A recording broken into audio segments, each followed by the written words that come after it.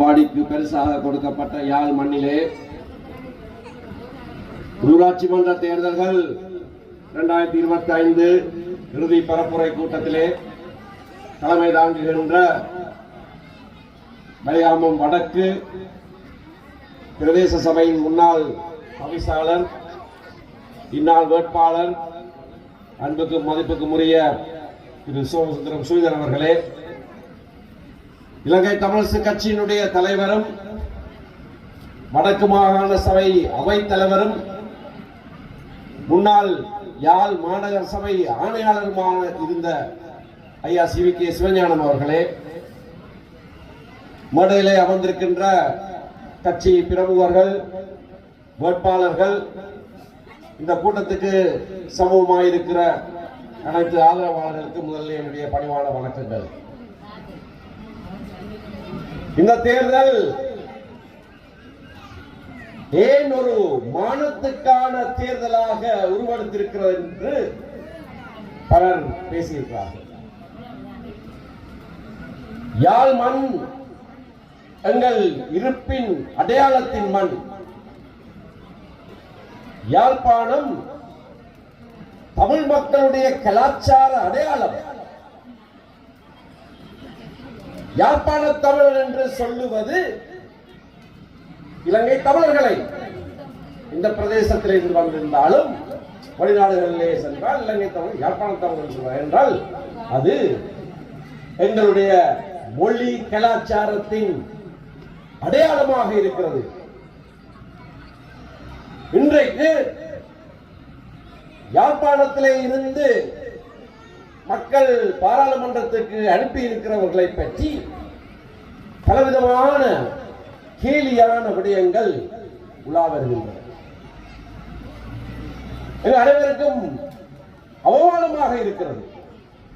படிப்புக்கு பேர் போன கல்வி சமூகம் சரிந்த இந்த மண்ணிலே இருந்து இவர்கள் எப்படி பிரதிநிதிகளாக போனார்கள் என்ற கேள்வி எழுகிறது. ஒருவர் சொல்லுகிறார், யாழ்ப்பாணம் 7,000க்குள்ளதானே இருக்கிறது என்று சொல்லுகிறார். இதற்கு முன்னர் 2 லட்சம் மக்கள் தான் நாட்டின் சனத்தொகை என்று சொன்னார். சரி, அவருக்கு கணக்குத்தான் தெரியாது என்று பார்த்தால் புவியியலும் தெரியாது. இந்த விடயங்களை சுட்டிக்காட்டினால் அவர்களுடைய ரவுடி அமைச்சர், நான் ரவுடி அமைச்சர் என்று சொல்வதற்கு காரணம் நான் இப்படியாக ஒருவரையும் விழிப்பதல்ல, ஆனால் ரவுடித்தனமாக செயற்படுகிறார் என்று சொன்ன போது அவர் அதை மறுக்கவில்லை. அடுத்த நாள் சொல்லுகிறார், நானும் ரவுடிதான், நானும் ரவுடிதான், ஒத்துக்கொண்டு விட்டார். அவர் ஒத்துக்கொண்ட காரணத்தினாலேயே அவரை நாங்கள், அவருக்கு அது பிடித்த ஒரு அடைமொழியாக இருக்கிறது. அந்த வேறு அடைமொழியில் அவருக்கு பார்க்க முடியாது. ஆனபடினால சரி, ரவுடி அமைச்சர், உங்களுக்கு பிடித்தமான நீங்களே ஏற்றுக்கொண்ட உங்களை வர்ணிக்கிற சொல் ரவுடி அமைச்சர் இன்றைக்கு சொல்லுகிறார். சுமந்திரன் யாழ்ப்பாணத்தில் வேட்டி கட்டுறார், கொழும்புல காத்துட்ட போடுறாரு. நான் இன்னும் ஆளே இருந்தாலும் உங்களுக்கு என்ன ஐயா அந்த வருத்தம்? உங்களுக்கு என்ன வருத்தம்? அதுல அவருக்கு வழக்கு தாக்கல் செய்ய தானே தெரியும் சொல்றார். வழக்கு தாக்கல் செய்ய தெரியும். ஆனபடியினால் தான் உங்களுடைய கட்சி இதுகால வரைக்கும் ஊழலுக்கு எதிராக தாக்கல் செய்த எல்லா வழக்குகளையும் என்னைத்தான் சட்டத்தரணியாக நியமித்திருக்கிறார்கள். உங்களுக்கு அது தெரியுமோ தெரியாது. உங்களுக்கு அது தெரிய வாய்ப்பு இல்லை. ஏன்னா நீங்க ரவுடி பக்கத்தில் இருக்கிற ஆள் உங்களோட கட்சிக்குள்ளேயே. உங்களோட கட்சி தலைவர்கள் போய் கேளுங்க, உங்களுடைய ஊழலுக்கு எதிரான வழக்குகளிலே ஏன் சுமந்திரனை சட்டத்தரணியாக நியமித்திருக்கிறார்கள் கேளுங்கள். மார்ச் மாதம் கூட ஒரு வழக்கு வந்தது. சொன்னார், சீனி ஊழல் வழக்கு. சுனில் ஹந்துனெட்டி உங்களுடைய முக்கியமான உறுப்பினர் அமைச்சர், அவர்தான் மனுதாரர். அவர் சார்பில் நீதிமன்றத்தில் ஆஜராகி வாதாடுகிறது நான். இன்றைக்கும் அந்த வழக்கு இப்பொழுது பின்போடப்பட்டிருக்கிறோம். இப்பொழுதும் ஊழலுக்கு எதிரான வழக்குகளிலே அது உங்களுடைய கட்சியாக இருந்தாலும் என்ன, எவருடைய கட்சியாக இருந்தாலும் என்ன, முதல்நிலையாகி வாதாடுவதற்கு என்னைத்தான் நிறுத்துகிறார்கள். நீங்களும் என்னைத்தான் நிறுத்துகிறீர்கள். அதைவிட முக்கியமான ஒரு வழக்கு சதுரங்க அபேசிங்க என்கின்ற இப்போது உங்களுடைய பிரதி அமைச்சர் உள்நாட்டு கடன் மறுசீரமைப்பு செய்யப்பட்ட போது அந்த கடன் மறுசீரமைப்பு செய்கிறது இந்த நாட்டு தொழிலாளர்களுக்கு அவர்களுடைய சேமநாமதியை திருடுவதற்கு ஒப்பானது என்று சொல்லி சதுரங்க அபேசிங்க உச்ச நீதிமன்றத்திலே வழக்கு தாக்கல் செய்வது உங்களுடைய சதுரங்க அபேசிங்காக ஆஜரானது நான் தான் ஐயா. அந்த கடன் மறுசீரமைப்பு இந்த நாட்டினுடைய தொழிலாளர் வர்க்கத்தையே சுரண்டுகிற ஒரு கடன் மறுசீரமைப்பு. கடன் மறுசீரமைப்பு என்று சொன்னால் அதிலே சில மாற்றங்களை செய்ய வேண்டும். நாட்டின் கடன் நிலைமையில் என்ன செய்தார்கள்? ஊழியர்களுடைய சேமநாம நிதியிலே இருந்து பணத்தை சுரண்டி எடுத்து அந்த கடன் மறுசீரமைப்பை செய்தார்கள். அது ரணில் விக்ரமசிங்க ஆட்சி செய்தது. அதற்கு எதிராக நீதிமன்றத்துக்கு நீங்கள் போனீர்கள், என்னை அழைத்தீர்கள், வாதாட சொன்னீர்கள். இன்றைக்கு அதே கடன் மறுசீரமைப்பை நீங்கள் தொடர்ச்சியாக கொண்டு செல்கிறீர்கள். தொழிலாளர்களை சுரண்டுகிறதாக நீங்களே சொன்ன அதே விடயத்தை ஒருவித மாற்றமும் இல்லாமல் தொடர்ச்சியாக நீங்கள் கொண்டு செல்கிறீர்கள். தேர்தலுக்கு சொன்னீர்கள் இதெல்லாம் நாங்கள் மாற்றி அமைப்போம், சர்வதேச நாணய நிதியோடு செய்யப்பட்ட ஒப்பந்தத்தை நாங்கள் மாற்றி அமைப்போம் சொன்னீர்கள். ஒற்று வசனம், ஏன் ஒரு முற்றுப்புள்ளியோ கமா கூட மாற்றப்படவில்லை. அப்படியே கொண்டு செல்கிறீர்கள். முதலாளித்துவ ஒப்பந்தம் என்று சொன்னீர்கள், நீங்கள் தொழிலாளர் வர்க்கம் என்று சொன்னீர்கள். ஆனால் அந்த முதலாளித்துவ ஒப்பந்தத்தையே தொடர்ச்சியாக, இது ஊழல் இல்லையா? ஊழலுக்கு எதிரானவர்களாக இவ்வளவு காலம் உங்களை காட்டிக்கொண்ட நீங்கள் இன்றைக்கு நீங்கள் செய்கிற ஊழல் மிக மோசமான ஊழல். ஒருவரை சபாநாயகராக நியமித்தீர்கள். அவர் தன்னை கலாநிதி என்று சொல்லிக் கொண்டார்.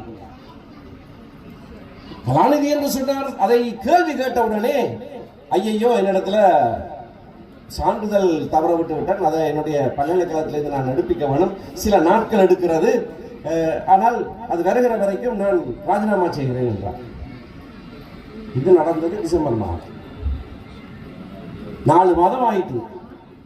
4 நாள்ல சான்றிதழை காண்கிறேன் என்று சொன்னார். 4 மாதம் ஆயிட்டு இன்னமும் கலாநிதி பட்ட சான்றிதழ் வரவில்லை. இது ஊழல் இல்லையா? நீங்கள் தெரிந்தெடுத்து உங்களுடைய 159 பேரிலே அந்த பாராளுமன்றத்துக்கு தலைமை தாங்குவதற்கு, நாட்டினுடைய 3வது பிரஜையாக நியமிப்பதற்கு நீங்கள் கையாலே தெரிந்தெடுத்து நியமித்த நபர் மக்கள் முன்பாக தன்னை பொய்யான ஒருவராக நிறுத்திய கையின் களவுமாக பிடிபட்டவர்கள். அதை குறித்து எதுவும் செய்யவில்லை. அவர் சபாநாயகர் பதவியிலிருந்து ராஜினாமா செய்யறது இல்ல, எம்பி பதவியில இருந்து அவர் ராஜினாமா செய்யணும், கூட கட்சியிலிருந்து அவர் திரட்ட வேண்டுமே, ஏன் இன்னும் செய்யவில்லை? மாபெரும் ஊழல். மக்களை முட்டாளாக்குகிறார், மக்களை திசை திருப்புகிறார், மக்களுக்கு போலியான செய்தியை சொல்லுகிற ஊழல். அப்படியான இன்னொரு ஊழலைத்தான் நாங்கள் சுட்டி காட்டினதை வைத்துத்தான் உங்களுக்கு பக்கத்துல விரிவுரையாளர் கபிலனையும் வைத்துக் கொண்டு ஊடகவியலாளர் மாநாடு நடத்தியிருக்கிறேன். நான் கேட்கிறேன், யாழ்ப்பாண மாநகர சபைக்கான வேட்பாளர் மனுவிலே விரிவுரையாளர் கபிலன் தன்னுடைய வதிவிடமாக எந்த முகவரியை கொடுத்திருக்கிறார்? எந்த முகவரியை கொடுத்திருக்கிறார்? அரியாலையில இருக்கிற உங்களுடைய காரியாலயத்துடைய முகவரியை தன்னுடைய வதிவிடமாக பொய்யாக சொல்லி இருக்கிறார். மிகப்பெரிய ஊழல்வாதி அவர் ஏழாலையில் இருக்கிறார் என்று உங்களுடைய முதலாவது எம்பி சொல்ற உளறுகிறார். யாழ்ப்பாணம் ஏழாலையில தானே இருக்குது, நான் அப்படி அவர் கேட்கலாம் தானே? அவர் ஏழாலையில எல்லாருக்கும் தெரிஞ்ச விஷயம் தானே. அவருடைய முகவரி, அவருடைய வாக்கு எல்லாமே ஏழாலையில தானே இருக்கு.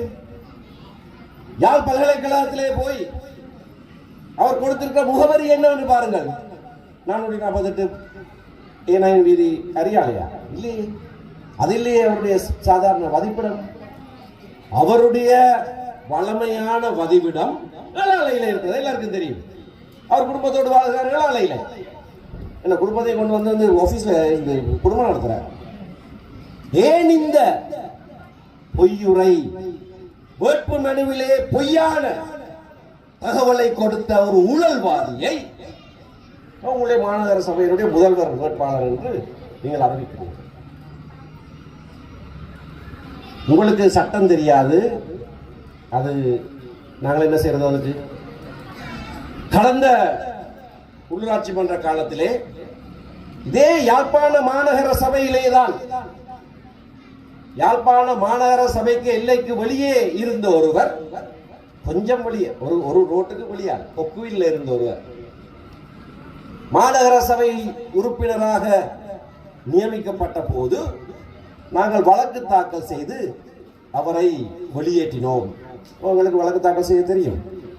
இங்க இருக்கு அந்த வழக்கு கோப்பி. CA 217/2018 2018 நடந்த உள்ளூராட்சி மன்ற தேர்தலில் யாழ் மாநகர சபையிலே தெரிவு செய்யப்பட்டதாக சொன்ன ஒருவரை வழக்கு தாக்கல் செய்து 3 வருடம் வெளியே வைத்திருந்தோம். ஏன்? தன்னுடைய வதிவிடத்தை அவரும் பொய்யாகத்தான் சொல்லுகிறார். ராமநாதன் வீதி என்பது கவலை பற்றி தகவல் அறியும் சட்டத்தின் மூலமாக மாநகர சபையிலேயே அவர் கொடுத்த முகவரியை எடுத்தோம். அது கொக்குவில் முகவரி. அவருடைய வாக்கு சீட்டு அங்கே இருக்கிறது என்று தகவலை எடுத்தோம். அதுவும் கொக்குவில் இருக்கிறது. வேட்பு மனுவிலே பொய்யாக ஒரு முகவரியை கொடுத்து விட்டால் தப்பிவிடலாம் நினைக்க வேண்டாம். இந்த தகவலை நீதிமன்றத்துக்கு முன்பாக நாங்கள் கொண்டு சென்ற போது உடனடியாக மேன்முறையீட்டு நீதிமன்றம் ஒரு இடைக்கால தடையை கொடுத்தது. அவர் மாநகர சபை அமர்வுகளிலே பங்கெடுக்க முடியாது, அமர முடியாது, வாக்களிக்க முடியாது, பேச முடியாது. இங்க இருக்குது இடைக்கால தடை உத்தரவு. ரவுடி அமைச்சருக்கு இது படித்து விளங்கமோ தெரியாது. ஆனால் படித்து விளங்கக்கூடியவர்களுக்கு காட்டுறன் இதுதான் மேன்முறையீட்டு நீதிமன்றம் கொடுத்த இடைக்கால உத்தரவு. வழக்கு கேட்டு முடியறதுக்கு முதலே அவரை தடுத்த உத்தரவு. அவர் என்ன செய்தார்? இந்த இடைக்கால உத்தரவுக்கு எதிராக உச்ச நீதிமன்றத்துக்கு போனார். SC ஸ்பெஷல் 317/2018 அந்த வழக்கு இலக்கம். உச்ச நீதிமன்றம் அவருடைய மனுவை தள்ளுபடி செய்தது. மேன்முறையீட்டு நீதிமன்றத்தினுடைய உத்தரவு சரி என்று சொன்னது. ஏன் இதை கேட்டால் கொழும்புல இருக்கிற சுமந்திரன் வந்து யாழ்ப்பாணத்தில் தேர்தல் கேட்கலாம். ஏன் ஏழாலையில் இருக்கிறவர் ஏன் இங்கே கேட்கலாது? யாழ்ப்பாணம் ஏழாலை இருக்கிறது என்று ஒருவர் சொல்றார். பாராளுமன்ற தேர்தல் சட்டத்திலேயோ மாகாண சபை தேர்தல் சட்டத்திலேயோ இப்படியான தேவைப்பாடு கிடையாது. நாட்டில் எங்கேயும் வாழலாம். ஆனால் உள்ளூராட்சி மன்ற தேர்தல் சட்டத்திலே இந்த சிறப்பான மிக தெளிவான ஒரு சட்ட தேவைப்பாடு இருக்கிறது. பிரிவு 7லேயும் பிரிவு 8லேயும் இருக்கிறது. ஏனென்றால் உள்ளூராட்சி ஒரு வித்தியாசமான ஒரு அமைப்பு, உள்ளூர் ஆட்சி. அதனால்தான் நாங்கள் வட்டாரங்கள் அந்த வட்டாரத்திலே இருக்கிறவர் தான் வட்டாரத்திலே கேட்க வேண்டும் என்றால், ஆனால் அந்த சபை எல்லைக்குள்ளே அனைவரும் இருக்க வேண்டும் என்றது சட்டத்திலே அடிப்படையிலேயே இருக்கிற ஒரு நியதி. அதை தெரிந்து கொண்டுதான், தெரியாமல் செய்யலையே, தெரியாமல் செய்திருந்தால் ஏழாலை அட்ரஸை கொடுத்திருப்பார். தெரியாமல் இப்படி சட்ட ஏற்பாடு ஒன்று இல்லை என்று நினைத்திருந்தால் தன்னுடைய பழமையான முகவரியை அவர் எழுதியிருப்பார். இப்படியான ஒரு நியதி சட்ட ஏற்பாடு இருக்கிறது, சட்டத்திலே இப்படி ஒரு தேவைப்பாடு மாநகர சபை எல்லைக்குள்ளே தான் என்னுடைய முகவரி இருக்க வேண்டும் என்று ஒரு தேவைப்பாடு இருக்கிறது என்று தெரிந்தபடினால் தானே பொய்யான முகவரியை கொடுத்திருக்கிறார். அப்படி தெரிந்தபடினால் தானே தன்னுடைய அலுவலக முகவரியை கொடுத்திருக்கிறார். வதிவிடத்துக்கு ஒரு விளக்கம் இருக்கிறது. வதிவிடம் அலுவலகம் அல்ல. இது அந்த விரிவுரையாளருக்கு தெரியாவிட்டால் இவர் அப்படி பொருத்தமானவர். பொய்யான முகவரியை கொடுக்கிறவர். இப்ப அந்த முதலாவது ஆக அவர்களுடைய பாராளுமன்ற உறுப்பினராக வந்த இளங்குமரனே சொல்றார், ஓ வேளாளர் தான் என்ன முகவரியை கொடுக்கிறாரே. பிறகு என் பொய்யான முகவரியை கொடுத்து விட்டு மக்கள் முன்பாக வலம் வந்து அதை நாங்கள் கேள்வி கேட்டால் உடனடியாக இங்கு யாழ்ப்பாணத்தில் வேண்டி கட்டுறார், அங்க ட்ரௌசர் போடுறார், மக்களால் நிராகரிக்கப்பட்டவர். ஐயா ரவுடி அமைச்சரே, நான் யாழ்ப்பாணத்தை பூர்வீகமாக கொண்டவன், நான் யாழ்ப்பாணத்திலே பிறந்தவன். கஜேந்திரகுமாரை போலவோ விக்னேஸ்வரனை போலவோ கொழும்பிலே பிறந்தவனும் அல்ல, நான் யாழ்ப்பாணத்திலே பிறந்தவன். இங்கேதான் என்னுடைய கல்வியை ஆரம்பித்தேன். அதுக்கு பிறகு விக்னேஸ்வரனும் கஜேந்திரகுமாரும் படித்த அதே ரோயல் கல்லூரியிலே நான் படித்திருக்கிறேன். அது ஒரு விஷயம். எனது யாழ்ப்பாண பூர்வீகத்தை கேள்வி கேட்க இவர்கள் யார்? நாங்கள் அவர்களுடைய பூர்வீகத்தை கேள்வி கேட்கவில்லையே. அப்படியானவர்கள் அல்ல நாங்கள். நாங்கள் அவர்களுடைய பூர்வீகத்தை கேள்வி கேட்க இல்லை. தமிழ் மக்கள் எங்கே இருந்து வாழ்ந்தாலும், மலையத்தில் இருந்தாலும், தமிழ் பேசுகிற முஸ்லிம் மக்களாக இருந்தாலும், தமிழ் பேசுகிற மக்கள் என்ற அடையாளத்துக்கு உரித்த கட்சியாகத்தான் இலங்கை தமிழரசு கட்சி என்றும் இருந்திருக்கிறது. அவருடைய பூர்வீகத்தில் மக்களால் நிராகரிக்கப்பட்டவர் என்று சொல்லுகிறவர்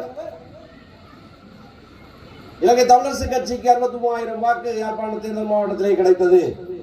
கஜேந்திரகுமாருக்கு கிடைச்ச அதே அளவு வாக்கு தான் எனக்கும் கிடைச்சது. 15,000 சொச்சம் அவருக்கும் சொல்லி வைக்கணும். அவருக்கு கிடைச்ச விருப்பு வாக்கு தான் எனக்கும் கிடைச்சது. அவருக்கு 27,000 வாக்கு அவர்கிட்ட கட்சி கிடைச்சது. எங்களுக்கு 63,000 கிடைச்சது, டபுளை விட கூட. ஆனால் அவருக்கு அவர்கிட்ட கட்சிக்கு ஒரு ஆசனம், எங்கட கட்சிக்கு ஒரு ஆசனம். அது தேர்தல் முறை, அது தேர்தல் முறை. யாழ்ப்பாணத்திலே வந்து தேர்தலிலே நிற்க திராணி இல்லாத ஒருவர் கடந்த காலத்திலேயும் தேசிய பட்டியலிலே வந்து, இப்பொழுதும் தேசிய பட்டியலிலே வந்து யாழ்ப்பாணத்து பூர்வீகத்தை பற்றி கேள்வி கேட்கிறார் என்றால் இவர் என்ன செய்யறது? உங்களோட தலைவரை இங்கே கால் பதிக்க வேண்டாம் என்று நான் சொல்லியிருக்க கூடாது, உங்களை யாழ்ப்பாண மண்ணில் கால் பதிக்க கூடாது என்று நான் சொல்லியிருக்க வேண்டும். ஆனால் அப்படி சொல்லுகிறவர்கள் நாங்கள் அல்ல. ஏனென்றால் மலையக தமிழர்களுடைய பிரஜா உரிமை நீக்கப்பட்ட போது அதற்கு எதிராக உருவாக்கப்பட்ட கட்சி எங்களுடைய கட்சி. உங்களுடைய மக்களுக்காக கிளர்ந்தெழுந்து சந்தை செல்வநாயகம் ஒரு கட்சியை ஆரம்பித்தார். தான் அங்கத்தவராக இருந்த கட்சியை விட்டு விலகினார். தன்னுடைய கட்சியை இரண்டாக உடைத்தார். யாருக்காக? மலையக தமிழ் மக்களுக்காக. அந்த உறவுகளுக்காக நாங்கள் எப்பொழுதுமே எழுந்து நிற்போம். ஆகினாலே அவருடைய பூர்வீகத்தை நாங்கள் கேள்வி கேட்கப் போவதில்லை. ஆனால் நாங்கள் அப்படி நாணயமாக நடந்து கொள்கிறோம் என்பதற்காக நீங்கள் கீழ்த்தரமாக தொடர்ந்து நடந்து கொண்டிருக்க முடியாது. நானும் ரவுடி தான் சொன்னால் தொடர்ந்து ரவுடியாக இருக்க முடியாது. யாழ்ப்பாண மக்கள் உங்களை ஒரு ரவுடியை அமைச்சராக ஏற்றுக்கொள்ள மாட்டார்கள். அது விரைவிலேயே உங்களுக்கு தெரிய வரும். இந்த போக்கை, இப்படியான மமதை பேச்சை முடிவுக்கு கொண்டு வர வேண்டுமாக இருந்தால் யாழ் மக்கள் 6ஆம் தேதி என்ன செய்ய வேண்டும் என்பது உங்களுக்கு தெரியும். ஒரு கொஞ்சம் இடம் கிடைத்த உடனே இப்படியெல்லாம் பேசுகிறவர்கள், பேச தெரியாதவர்களும் பேசுகிறார்கள். மற்றவர்களுக்கு வாய்ப்பூட்டு போட்டு வச்சிருக்கு, பேசக்கூடாது என்று சொல்லி வச்சிருக்கு. கல்லூரி அதிபராக இருந்தவரும் யாழ் போதனா வைத்தியசாலையிலே பிரதி இயக்குநராக இருந்தவரும் பேசக்கூடாது வாய்ப்பூட்டு போட்டு வைத்திருக்கிறார். பேசா மடந்தைகளாக தலையாட்டி கொண்டு பக்கத்தில் இருக்கிறார். இப்படியானவர்கள் தானா யாழ்ப்பாணத்தை பிரதிநிதிப்படுத்துவது? முன்னர் இடதுசாரிகள் எல்லாம் யாழ்ப்பாணத்தை பிரதிநிதிப்படுத்தியிருக்கிறார்கள். ஆனால் அவர்களுடைய தராதரம் என்ன? பி கந்தையாவுடைய தராதரம் என்ன? வி பொன்னம்பலத்துடைய தராதரம் என்ன? எல்லாம் இடதுசாரிகள், கம்யூனிஸ்ட் கட்சியை சேர்ந்தவர்கள். ஆனால் 40ஆம் ஆண்டுகளிலே, 50ஆம் ஆண்டுகளிலே, 60ஆம் ஆண்டுகளிலே எங்களுடைய மக்கள் கட்சியை கூட பார்க்காமல் தராதரம் மிக்கவர்களைத்தான் தெரிந்தெடுத்து பாராளுமன்றத்துக்கு அனுப்பினார்கள்.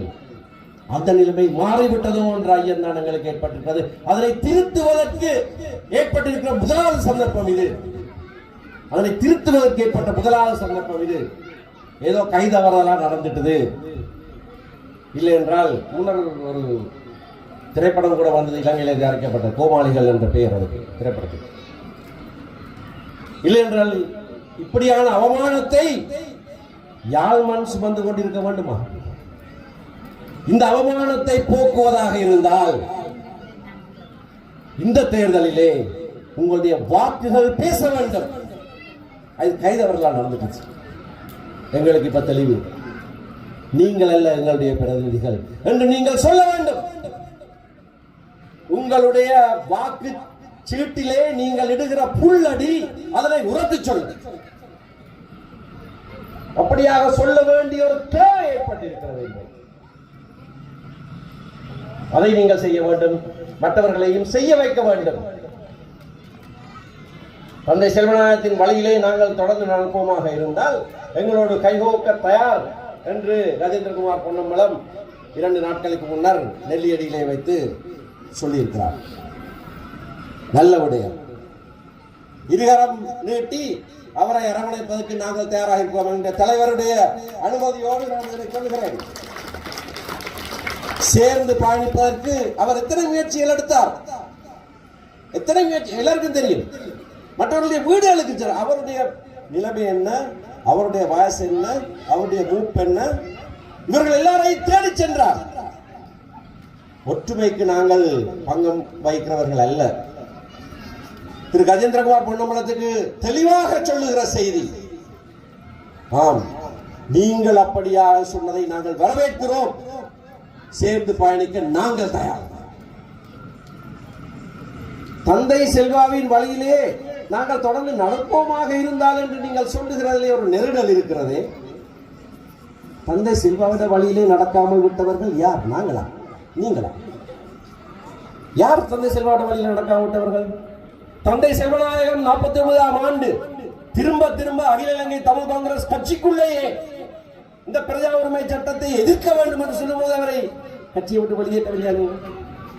அவர் வெளியேறணும், கட்சி தவறான பாதையிலே போகிறது. ஆனால் உங்களுடைய பாட்டன் இந்திய பாகிஸ்தானிய பிரஜா உரிமை சட்டத்துக்கு சார்பாக வாக்களித்து அமைச்சராக இருந்துவிட்டு 52ஆம் ஆண்டு நினைவு தெளிந்து சரியான ஒரு பேச்சை பேசினார். இதிலே நான் தோற்று விட்டேன் என்று சொன்னார்.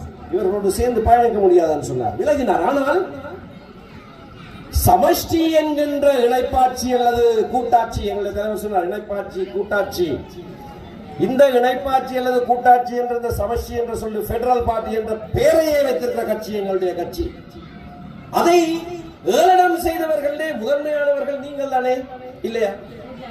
பழையதை பேசுகிறார் என்று நினைக்க வேண்டாம். அவர் இப்படி சொன்னபடினாலே நான் சொல்றேன். சேர்ந்து பயணிக்க வருகிறவருக்கு எதிராக நான் கருத்து சொல்வதாக நினைக்க வேண்டாம். ஆனால் அந்த தந்தை செல்வாயின் வழியில இன்னும் நடப்பார்களாக இருந்தால் என்று சொன்னால் யார் நடக்கவில்லை? யார் நடக்கவில்லை? 77ஆம் ஆண்டு உங்களுடைய தந்தையார் தானே மிகப்பெரிய ஒற்றுமை பலமான தமிழர் விடுதலை கூட்டணி தேர்தலிலே போட்டியிட்டு 18 ஆசனங்களை பெற்ற வேளையிலே யாழ்ப்பாண தேர்தல் தொகுதியிலே அதற்கு எதிராக போட்டியிட்டவர், சுயேட்சையாக போட்டியிட்டவர் உங்களுடைய தந்தையார் தானே. ஏன் அதை செய்தார்? பட்டுக்கோட்டையிலே அவருக்கு ஆசனம் கொடுத்த போது இல்லை எனக்கு யாழ்ப்பாணம் வேண்டும் என்று கேட்டு இங்கே வந்து சுயேட்சையாக தமிழர் விடுதலை கூட்டணி அன்றைக்கு தமிழ் மக்களுடைய ஒன்றிணைந்த பலமாக இருந்த தமிழர் விடுதலை கூட்டணிக்கு எதிராக சுயேட்சையாக யாழ்ப்பாணிலே போட்டியிட்டவர் தானே உங்களுடைய தந்தையார். ஐயா சிறில் சொன்னதை போல 2010ஆம் ஆண்டு தேர்தல் நேரத்திலே ஆசன பங்கிட்டாலே தமிழ் தேசிய கூட்டமைப்பை உடைத்து வெளியேறிய முதலாவது கட்சி உங்களுடைய கட்சி தானே. ஒற்றுமைக்கு பங்களிப்பது யார்?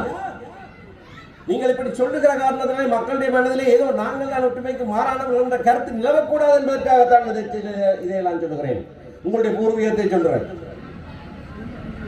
எங்களுடைய கட்சியிலே யார் செயலாளராக இருக்க வேண்டும், யார் தலைவராக இருக்க வேண்டும், யார் இவராக இருக்க வேண்டும், யார் அவராக இருக்க வேண்டும் என்று நீங்கள் உங்களுடைய கூட்டத்தில் வச்சு சொல்றீங்க. உங்களுக்கு யாரையா இந்த உரிமையை கொடுத்தது? உங்களுடைய கட்சியில யார் தலைவராக இருக்க வேண்டும் நாங்க சொல்றோம். பொன்னம்பலம் என்ற பேர் இருந்தால் மட்டும்தானே உங்களோட கட்சியில தலைவராக இருக்க முடியும். வேற யாராவது எப்பாவது தலைவராக இருந்திருக்காங்களா? இதை பற்றி நாங்கள் எப்பாவது சொல்லி இருக்கிறோம். சரி, அது குடும்ப கட்சி, அது எல்லாருக்கும் தெரிஞ்ச விஷயம். நீங்க குடும்ப கட்சியை வச்சு கொண்டு இருந்தோம், சந்ததியா நீங்க செய்யுங்க. ஸ்ரீகாந்தா இன்றைக்கு அவரோடு கூட இருக்கிற சிரேஷ்ட சட்டத்தரணி ஸ்ரீகாந்தா சில நாட்கள் வருடங்களுக்கு முன்னர் ஒரு கூட்டத்திலே சொன்னார், திரு கஜேந்திரகுமார் பொன்னம்பலம் அவருக்கு அடுத்த சந்ததிக்கு அவருக்கு இன்னும் பிள்ளைகள் இல்லை, கொஞ்சம் பிள்ளைகள் பெற வேணும், ஏனென்றால் இந்த கட்சி தலைமையில் அவர் போய்விடும் என்று ஸ்ரீகாந்தா சொன்னார். அவருடைய தம்பி கஜேந்திரகுமார் கொஞ்ச நாள் ஓய்வு எடுத்து ஒரு பிள்ளையை பெற்று இந்த கட்சிக்கு அடுத்த தலைவரை உருவாக்கி விட்டு பிறகு அரசியலுக்கு வாங்குவோம் ஸ்ரீகாந்தா சொன்னார். நான் சொல்லுறேன், இதே கூட்டத்தில் இந்த இடத்துல வச்சு ஸ்ரீகாந்தா சொன்னார். அது அந்த கட்சியுடைய பாரம்பரியம், அது குடும்ப கட்சி. பொன்னம்பலம் என்ற பேர் இருந்தால் தான் கட்சி தலைவராக இருக்கலாம். நாங்கள் அதை விமர்சிக்கல, எங்கேயாவது விமர்சிச்சிருக்கோமா? இப்ப கூட நான் விமர்சிக்கிறோம். அது கூட வழி, ஏகாதிபத்திய வழி, குடும்ப கட்சி வழி, அது கூட வழி. நீங்கள் அதை தெரிஞ்செடுத்திருக்கீர்கள், நீங்கள் அப்படி வச்சு கொள்ளுங்க. ஏனப்பா வந்து எங்களில் வந்து நோட்டி கொண்டிருக்கீங்க எங்கட கட்சியை பற்றி? எங்கட கட்சி ஜனநாயகம் மேலோங்கின கட்சி. எந்தவித தயக்கமும் இல்லாமல் நான் அதை சொல்லுகிறேன். சாபகர சேவி செல்வநாயகம் ஐயா அவர்கள் அவர் இருந்த காலத்திலேயே எத்தனை பேர் இந்த கட்சியுடைய தலைவராக இருந்திருக்கிறார்கள். சீமு ராசமாணிக்கம் 3 தடவைகள் தலைவராக இருந்திருக்கிறார். ராஜவரோதியம் தலைவராக இருந்திருக்கிறார். வன்னியசிங்கம் தலைவராக இருந்திருக்கிறார். நாகநாதன் தலைவராக இருந்திருக்கிறார். இந்த அமிர்தலிங்கம் கூட தந்தை செல்வா உயிரோடு இருக்கிற போதே அமிர்தலிங்கம் தலைவராக வந்த கட்சி இந்த கட்சி. ஜனநாயகம் மேலோங்கின கட்சி.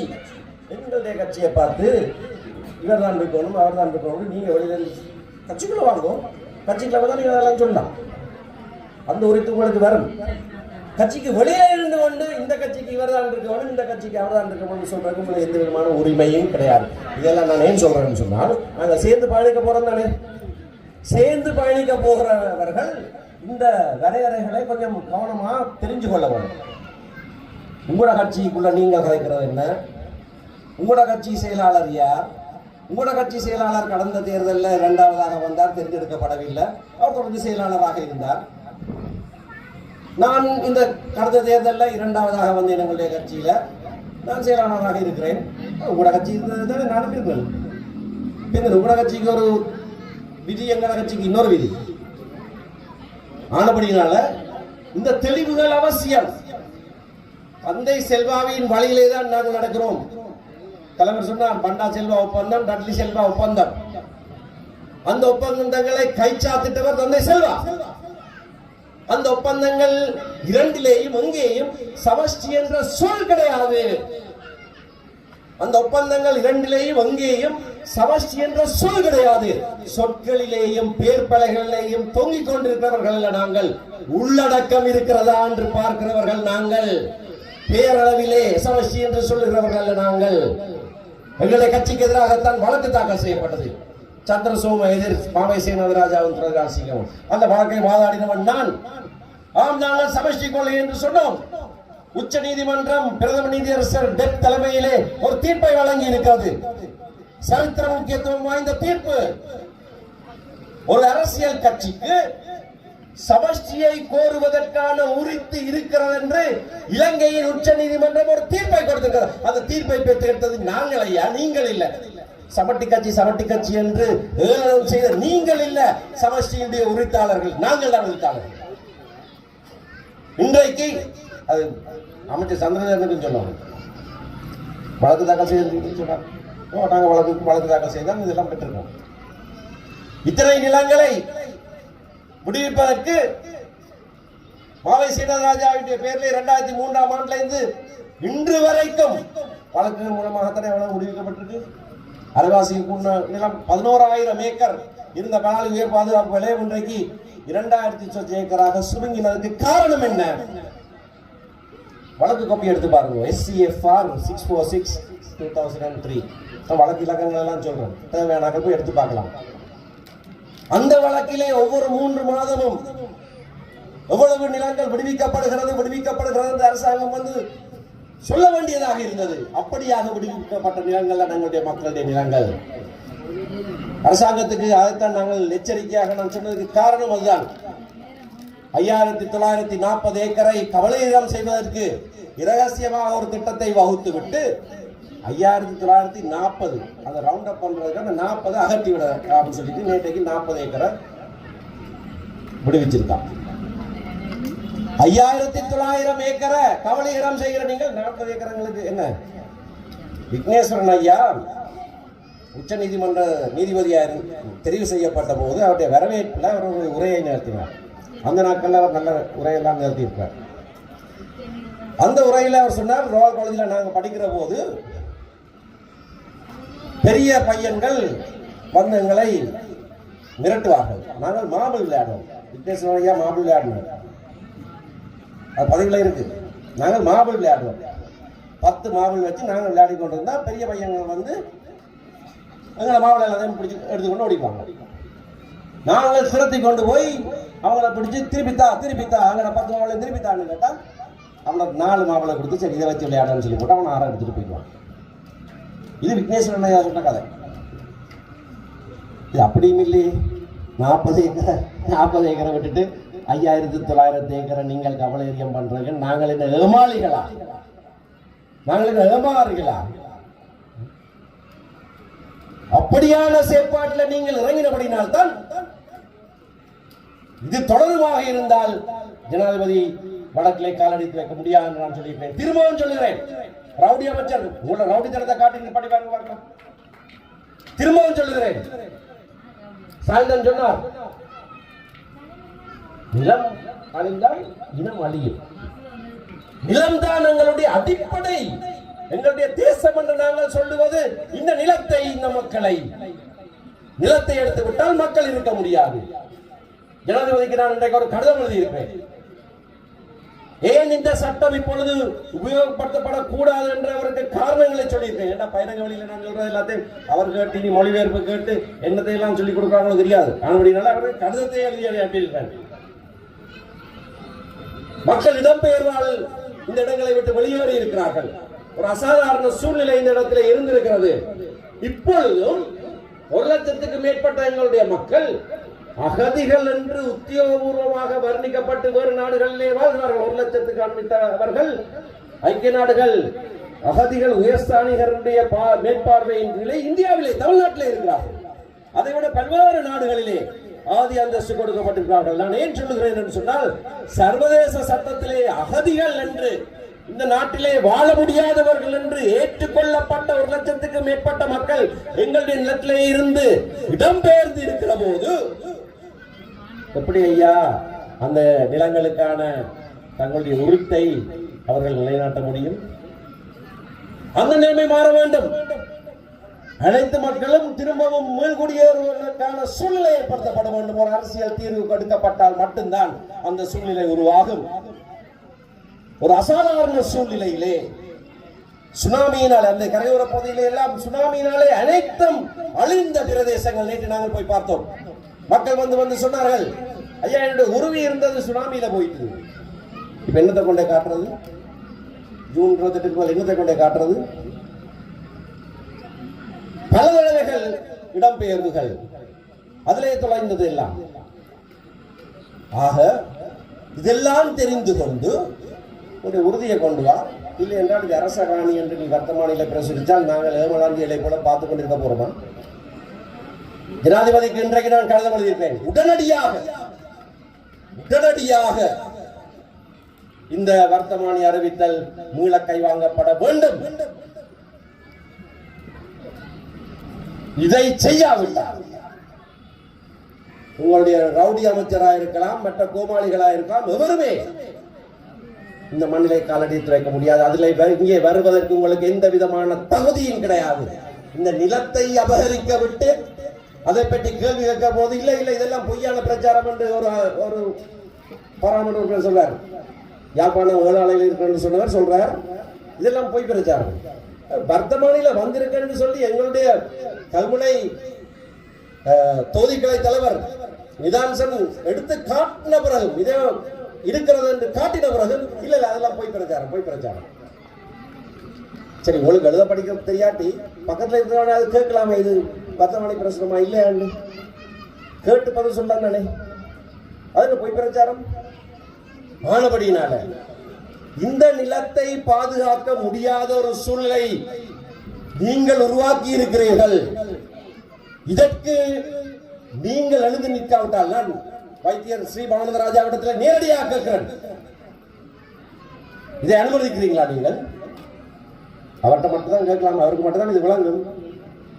இதை அனுமதிக்கிறீர்களா? நீங்கள் எங்களுடைய நிலங்கள் இப்படி கவலையரம் செய்யப்படுவதற்கு உடந்தையாக அந்த கட்சியின் ஒரு பாராளுமன்ற உறுப்பினராக நீங்கள் தொடர்ந்து இருப்பீர்களா?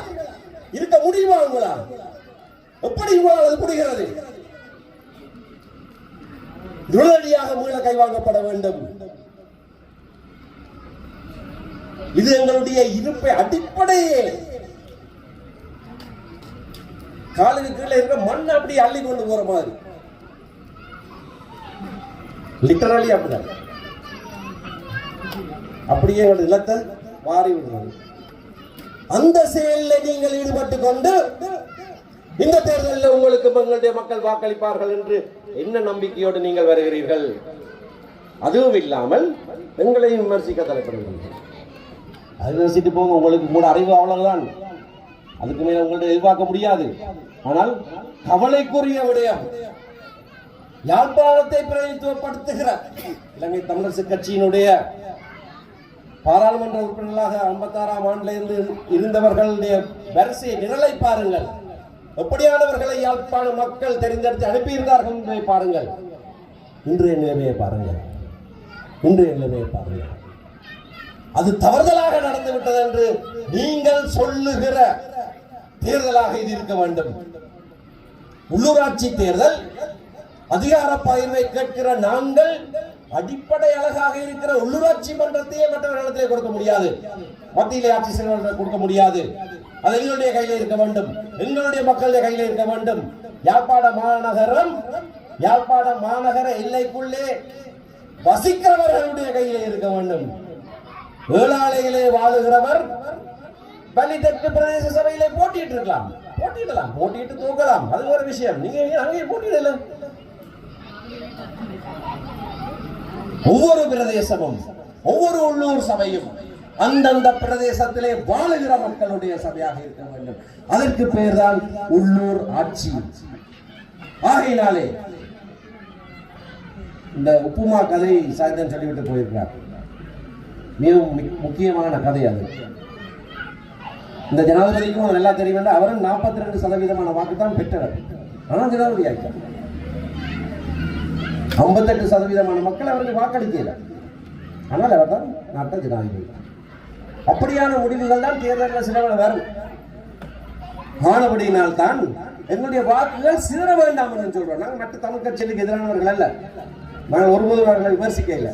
கேட்ட கேள்விகளுக்கு சில வேளை பதில்கள் சொல்லியிருக்கோம், அவ்வளவுதான். மக்களை மயக்கிற மாதிரியான கேள்விகள் கேட்டால் அதுக்கு நாங்கள் பதில் சொல்ல கடமைப்பட்டவர்கள். எங்களுடைய கட்சியை தாக்கி பேசினால் அதுக்கு நாங்கள் விடை சொல்ல வேண்டியவர்கள். அது மட்டும்தான் செய்திருக்கிறோம். திரும்பவும் சொல்றேன், பண்ணுறதுக்கு சேர்ந்து வாருங்கள், ஒன்றாக நாங்கள் இதனை சந்திப்போம். தமிழ் தேசியத்துக்காக, தமிழ் தேசத்துக்காக, தமிழ் மக்களுக்காக ஒன்றிணைவோம், வாருங்கள். நாங்கள் தந்தை செல்வாவின் வழியிலே தொடர்ச்சியாக நடக்கிற மக்கள், தொடர்ச்சியாக நடக்கிற கட்சி, எங்களோடு இணைந்து வாருங்கள் என்று அவருக்கு அறைகூவல் விடுத்து, வாக்காளர் பெருமக்கள் வாக்குகளை சிதற விட்டுவிட வேண்டாம். தமிழ் தேசிய கட்சிக்குத்தானே வாக்களிக்கிறோம் என்று மற்ற கட்சிகளிடத்திலே தயவு செய்து போய்விட வேண்டாம். எங்களுடைய வாக்குகளை ஒருமுகப்படுத்த வேண்டிய தேவை இருக்கிறது. இல்லாவிட்டால் உப்புமா தேர்தல் போலாம் நடந்துவிடும்.